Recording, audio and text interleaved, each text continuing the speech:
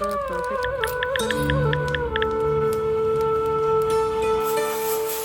අද මං යන්නේ ඕගොල්ලොත් එක්ක වෙසක් කූඩුවක් හදන්න. ඉතින් යන්න ඉස්සෙල්ලා බඩු ටික අරන් එමුද? hey ආයුබෝවන් and welcome. ඉතින් මේ වගේ පොඩි ක්‍රාෆ්ටි දේවල් වලට මම සාමාන්‍යයෙන් යන්නේ ඩොලරාම එකට. one thing මට එච්චර ස්පෙන්ඩ් කරන්න උවමනාවක් තිබ්බේ නෑ. and also I feel like first time we try out කරන දේවල් වලට ඩොලරාම එකේ ගොඩක් items තියෙනවා. ඉතින් මම එතනට තමයි ගියේ. එතන එක sizes වල sticks තියෙනවා. මේ දෙකට තමයි මම කැමති. හැබැයි දිග වැඩි. So I don't know if I can cut it. This මේක perfect size. ඒ වුණාට මහතයි.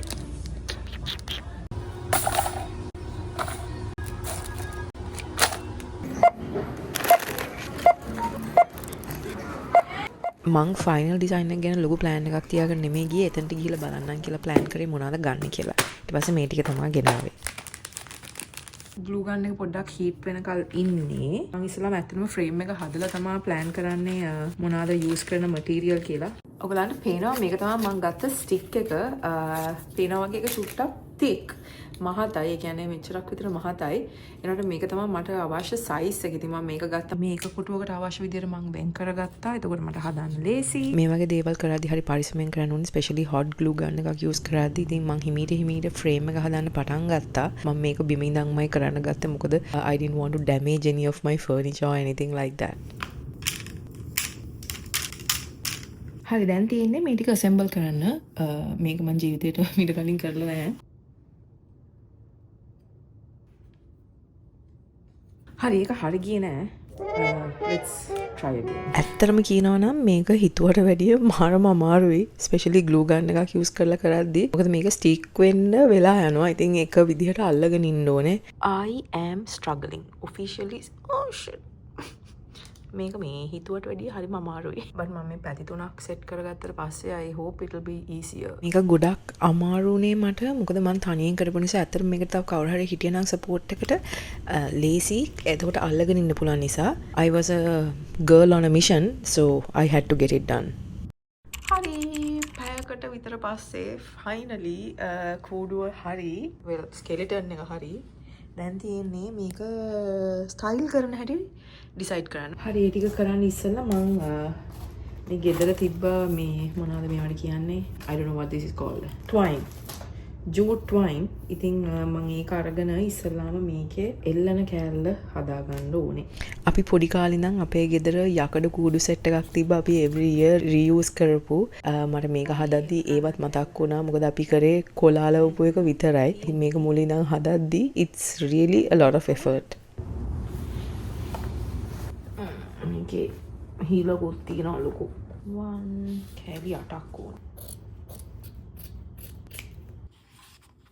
Oh, so pretty. මේක ලස්සනයි නේද? ඇත්තටම හරිම ලස්සනයි ලේස් එක. අපි පොඩි කාලේ ඉඳන් වෙසක් වෙනකල් බලාගෙන ඉන්නේ. මොකද මං හිතන්නේ අපේ ගෙදර කූඩු 7ක් තිබ්බා. ඒ 7ම white කූඩුවේ පොඩි yellow line එකක් යනවා. basically එච්චරම තමයි කූඩු 7ම. ඉතින් it was really pretty. හැබැයි මට මේ පාර ඕන වුණා අපේ living space එකයි අපේ කූඩුවයි පොඩ්ඩක් සිංක් වෙන විදියට හදන්න. ඒකයි මම එක જાතියේ බඩු ගෙනාවේ. පොඩි වෙනස් දෙයක් කරලා බලන්න. ඔයා මගේ අනිත් වීඩියෝස් බලලා තියෙනවා නම් දන්නවා අපේ ගෙදර ගොඩක් තියෙන්නේ jute wood finish එක තියෙන දේවල්. ඉතින් ඒකයි මම මේ jute fabric එකක් පික් කරේ. අනිත් එක මම glue gun එක use කරද්දි මට හිතුණා පාප්ප ටිකක් හැදුවේ නැත්තම් මේක නිකන් වෙසක් කූඩුවක් හදන ෆීලිං එක එන්නේ නැහැ. ඒ නිසා මම පාප්ප ටිකකුත් හැදුවා. ඇත්තටම unnecessary. ඒ වුණාට ඉතින් ඒකත් පොඩ්ඩක් use කරා.